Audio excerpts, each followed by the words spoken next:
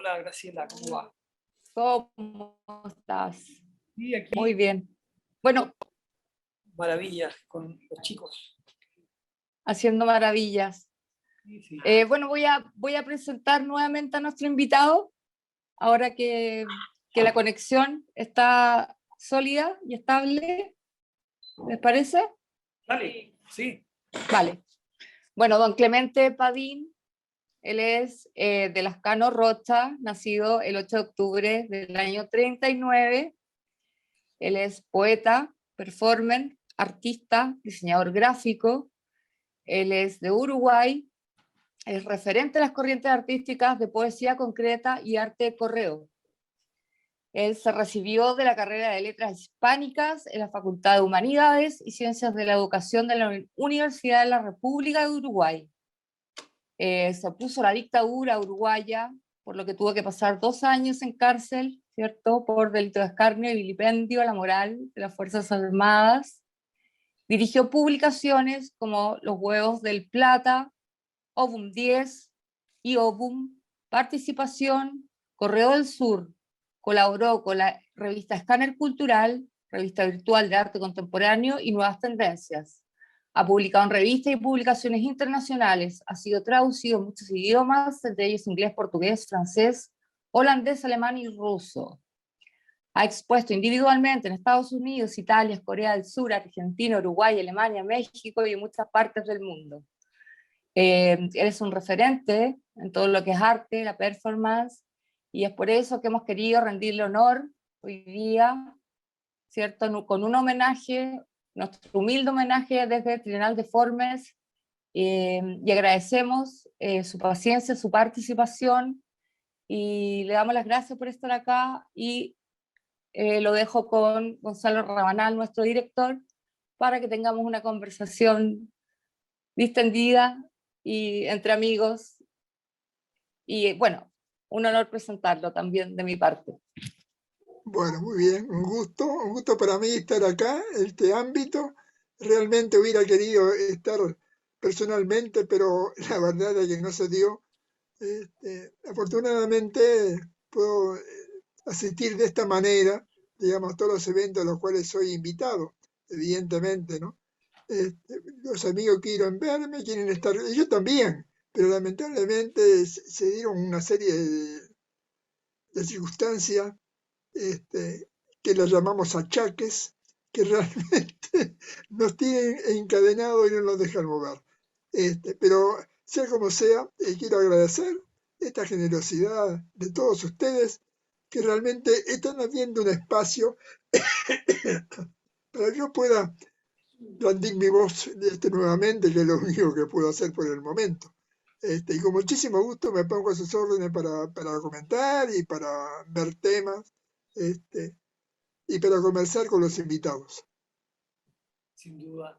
Clemente, nosotros igual tuvimos un conversatorio en lo que fue la versión del año pasado, 2020, de la Trienal online, y en ese conversatorio tuvimos también un intercambio con Bartolomé Ferrando, que es otro referente también importante en la práctica de performance y su trabajo con la fonética. Pero en este caso, él hacía énfasis en una observación que para mí es clave retomar hoy día y que en ese momento siento que faltó quizás más tiempo para profundizar. Y tiene que ver con tu trabajo y esta relación de la escritura y el significado respecto al pan-paz, el pan-paz de digamos, de tu intervención escritural, donde inviertes, digamos, la letra y la transformas en otra visualidad, en otro sentido. A mí me gustaría partir desde ahí, del pan-paz. Bueno, con muchísimo gusto, en fin, hablemos de eso entonces. Realmente es un poema bastante fin completo y muy sencillo a la vez, porque realmente reúne en sí, digamos, una suerte de información mayúscula en base a los dos términos. fue realizado cuando estuve preso bajo libertad vigilada en mi hogar, allá en 1980 aproximadamente. Ahí estaba haciendo fin experiencia con las letras y advertí de que si yo tomaba, de que una de las posibilidades expresivas de la letra N era que si yo la rotaba un cuarto de vuelta se transformaba en la Z. Y eso me dio la posibilidad entonces de, mediante ciertos trucos gráficos, por ejemplo, para el poema tuve que agrandar un poco la letra, digo, apenas se puede advertir, pero eso me permitió entonces proceder a hacer ese intercambio de letra que con 5 letras viene expreso lo que con 6. El paz, pan, vas a tener 5 letras. Y más adelante, cuando logro incorporarlo a las performances, por ejemplo, asumo el papel de la letra A y tomo con una mano la P y con la otra la N, que la puedo intercambiar con la Z. Porque si le doy vuelta, la chapa de cartón que tenía en la mano se transforma en Z. Y si lo vuelvo a cambiar, se transforma en N. Entonces tengo ya el propio poema performático, como quien dice. Bueno, no te puedes imaginar, he recibido cientos y cientos de intervenciones. Es un poema al cual la gente prefiere intervenir antes que entender, parecería, realmente, porque hasta se lo han tatuado incluso los brazos. Esta cosa es súper interesante ver cómo, qué fuerza ha tomado, digamos, ese tema, pero sobre todo antes, no ahora, porque ahora prácticamente no hay problema de hambre, salvo en algunos países africanos, pero ahora con el COVID-19 el hambre vuelve porque la gente, como no tiene trabajo, no puede ganar dinero y no puede comprar su comidita. Esa es la realidad. Es un tema que está íntimamente unido, evidentemente, como contenido, a la paz. Como que la paz se satisface con la satisfacción del hambre. Justamente ahora, en un gran encuentro que se va a hacer ahora en San Pablo, en Casa de las Rosas, voy a hacer un comentario crítico sobre un poema proceso de un poeta brasileño pernambucano, José de Arimatea, que justamente se llama Hambre. Y ese poema fue realizado en el mismo momento, casi en el mismo momento en el cual yo hice el poema. ¿Por qué? Porque en aquel momento se hablaba mucho del hambre. En toda América Latina había como una cruzada del hambre, porque realmente no había país que no la padeciera. Y Brasil justamente era uno de los más débiles en ese sentido, y sobre todo de donde venía Arimatea, que era Pernambuco. En esa zona realmente moría gente, miles de personas morían de hambre, realmente. Hoy empezaron a morir nuevamente con los problemas que tiene Bolsonaro, con todas las dificultades por la falta de política nacional, estatal, y prácticamente no han vuelto aún a los mismos niveles, digamos, de 1960 y 50 aproximadamente, que fue la hambruna mayor, pero que prácticamente están avanzando. Bueno, toda América Latina ha avanzado en ese sentido, ¿no? Pero creo que es suficiente. El poema es completamente explícito, y bueno, y está ahí para recordarle a la gente que solo es posible la paz cuando se satisface el hambre. Sin duda, y eso yo creo que da cuenta de esta doble articulación que tú generas también, que es propia del lenguaje y de la multiplicidad que tiene el sentido del lenguaje. Pero no es solamente la lengua y el habla, sino que también en la escritura, pero es también el cuerpo y el gesto.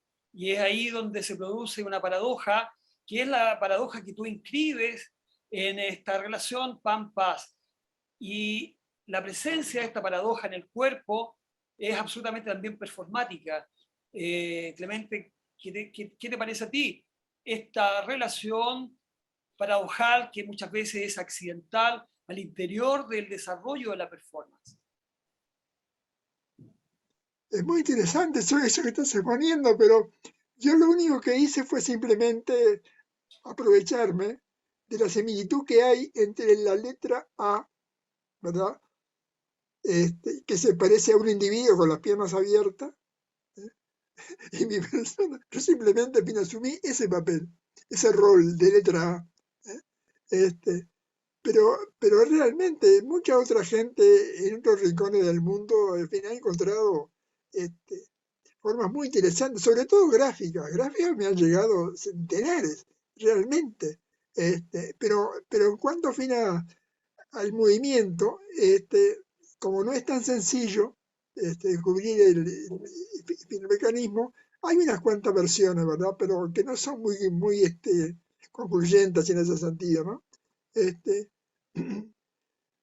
Lo que tenemos que tener en cuenta es que allá a fines de los 60, sobre todo en 1968, cuando ocurren los sucesos de París, fin del movimiento de París, el Mayo francés, como le llamamos.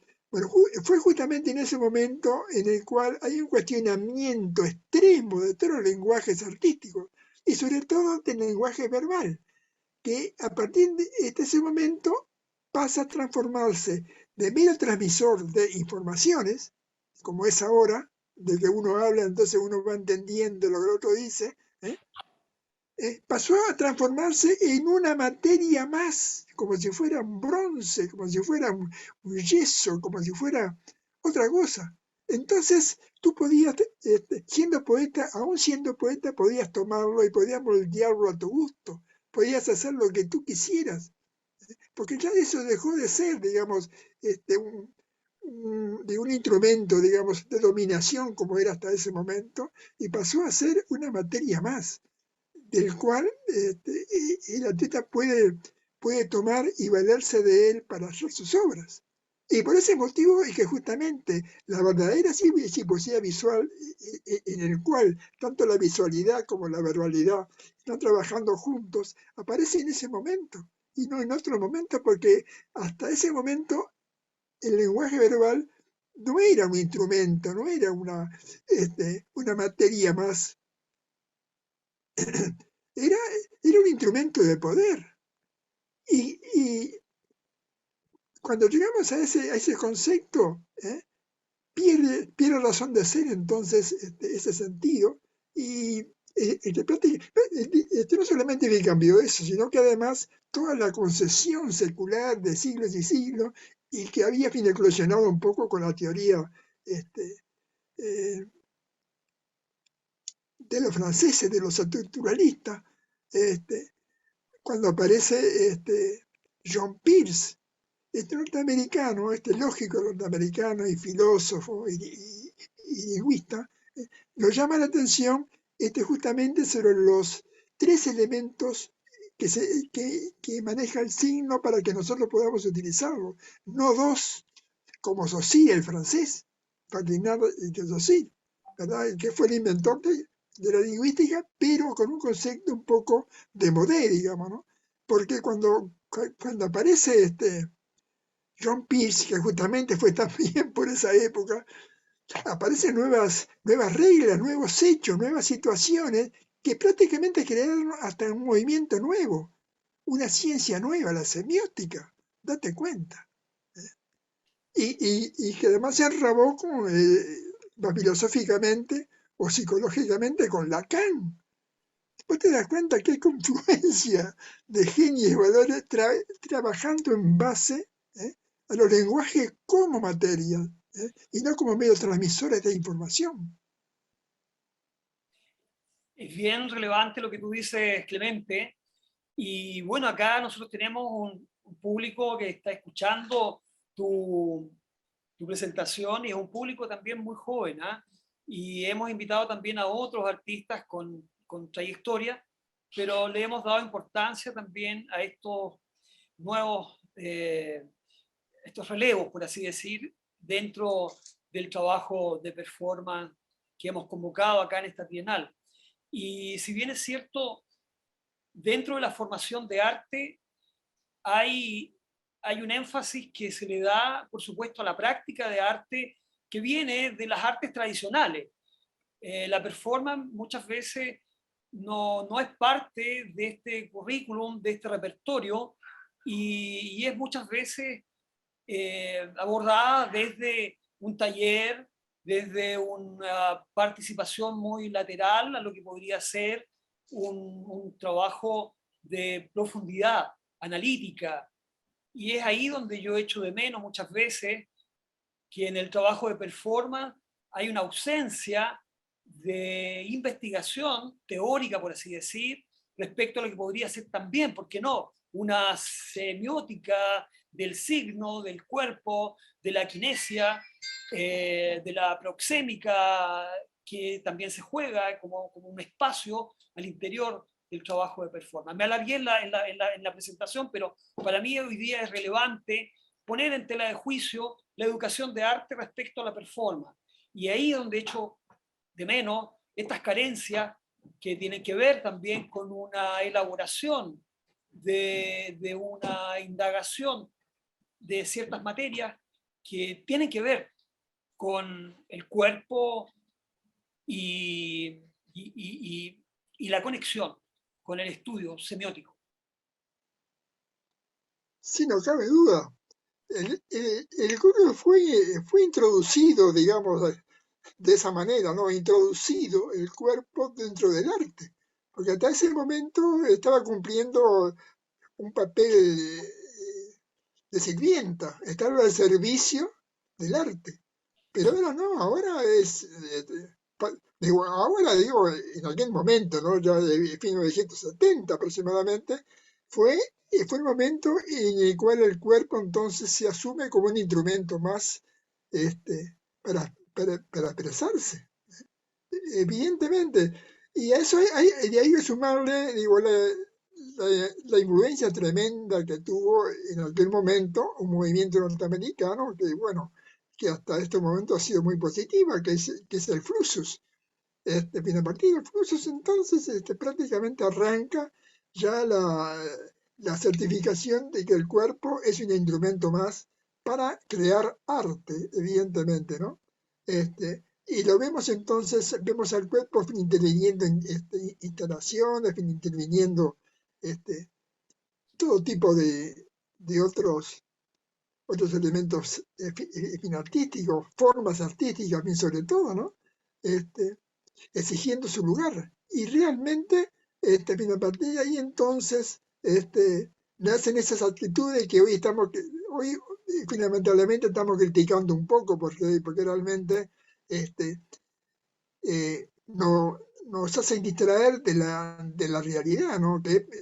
Son los juegos, son las escondidas, son las procesiones, son la manera de esconderse que tienen la gente de Fluxus hoy día, y que prácticamente ha sido muy criticada por un gran sector de la contemporaneidad, entre los cuales me cuento, digo, evidentemente, ¿no?